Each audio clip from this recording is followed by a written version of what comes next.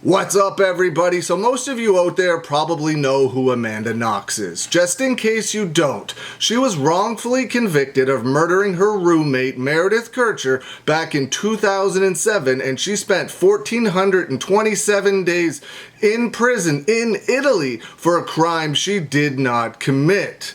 Now, that conviction did get overturned. However, she still had a slander conviction against her. But last week, now here's where it kind of gets strange for me. Last week, that conviction was overturned by Italy's highest court.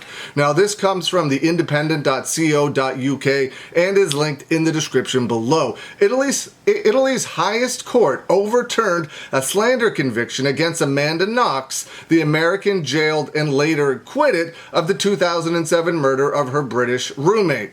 Here's where it gets weird. They ordered a new trial. Now, the slander conviction is because she wrongfully pointed the finger at Patrick Lumumba, and he spent 10 days in prison because of that.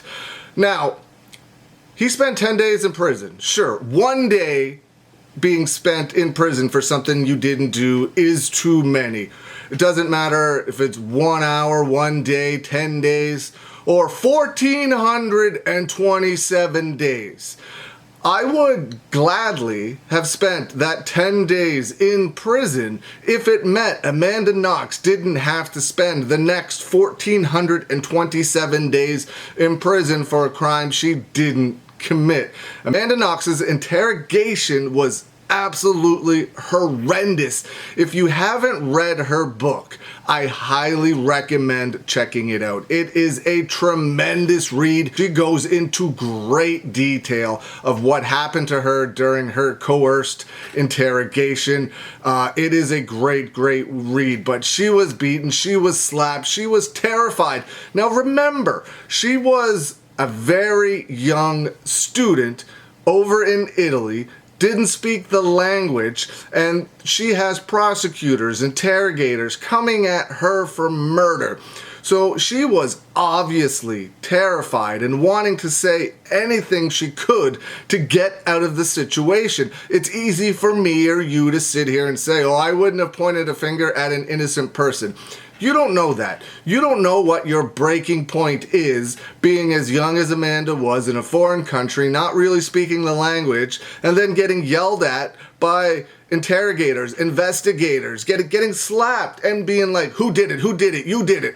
Like, and then she just likely said the first name that came to her mind, or said anything to get the attention off of her. You don't know. You can't say that you wouldn't do the same thing in that situation because you were never in that situation. Like I said, it's easy to sit here and say you wouldn't do that now, but you don't know until you are in Amanda Knox's shoes on how you would react to the situation she was put in.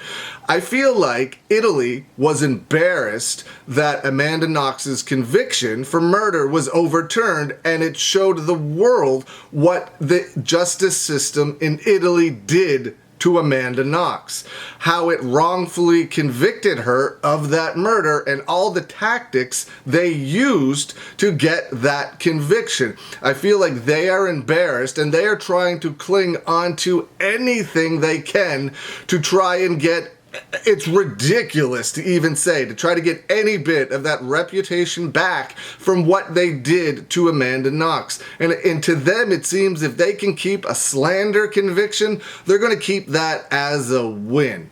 And it's absolutely ridiculous that Italy's highest court is now going to order a new trial over a slander conviction that happened because Amanda Knox was coerced. She was treated terribly in her interrogation. So she pointed the finger at somebody who unfortunately spent 10 days in prison. But Amanda Knox unfortunately spent 1,427 days in prison for something she didn't do. 1,427 days in a prison in Italy, and she is nowhere near home. She's from the United States. Her family's not there. Her family has to take a plane across the ocean in order to visit her. Just absolutely ridiculous that Italy is still pursuing this ridiculous slander charge. That's just my opinion. What do you think? Let me know. Leave some comments below. I hope you're having a good day, and I will see you again soon.